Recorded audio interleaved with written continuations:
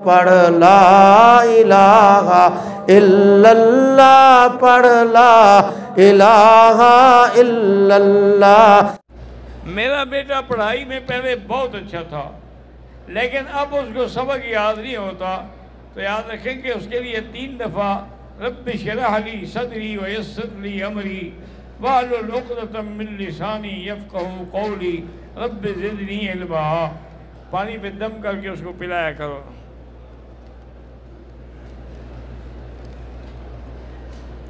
मेरा शौहर नमाज भी नहीं पढ़ता, मेरी हर बात का गुस्सा करता है। इमाम अहमद इब्न हम्बल रहमतुल्लाह अलैह के नज़दीक जो तेरा शौहर ही नहीं है, वो कहते हैं कि जो आदमी एक नमाज छोड़ दे वो काफिर हो जाता है। तो जब वो काफिर हो गया तो शौहर कैसे रहा? एक नमाज, और वो तो पढ़ता ही नहीं ना। मन तरक अस्सलात मुतअम्मिदन फ़क़द कफ़र। इमाम अबू हनीफा रहमतुल्लाह अलैह फरमाते हैं कि यानी उसने ऐसा गुनाह किया है जो उसको काफिर बना देगा, बना नहीं। लेकिन इमाम अहमद फरमाते हैं कि नहीं, एक नमाज छोड़ी तो काफिर हो गया।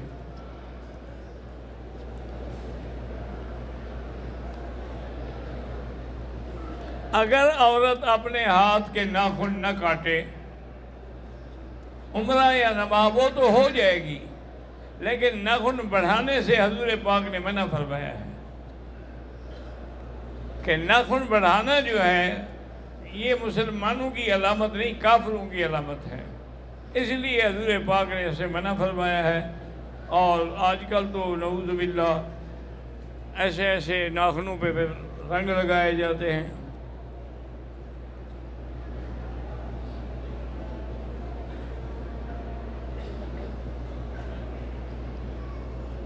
मैं और मेरे शौहर इटली में पढ़ रहे हैं।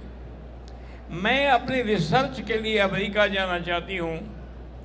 शरई लिहाज से मुझे इजाज़त है, आपके साथ कोई महरम है तो इजाज़त है, महरम नहीं है तो फिर नहीं है इजाज़त।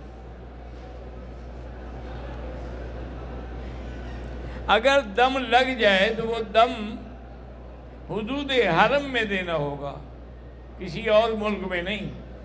फल यबलुगल हदी महिल्ला, उसका ठिकाना क्या है? हरम।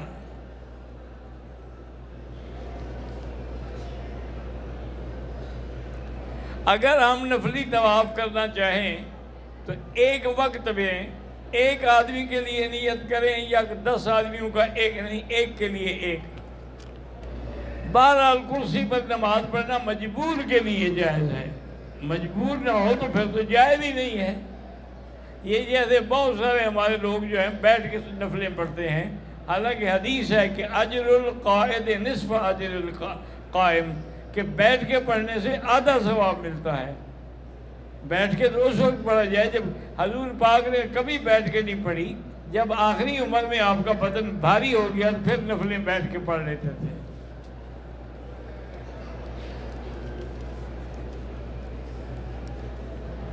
मेरा बेटा मुल्क से बाहर जाने की कोशिश करे, अगर खैर हो तो अल्लाह आसान करे।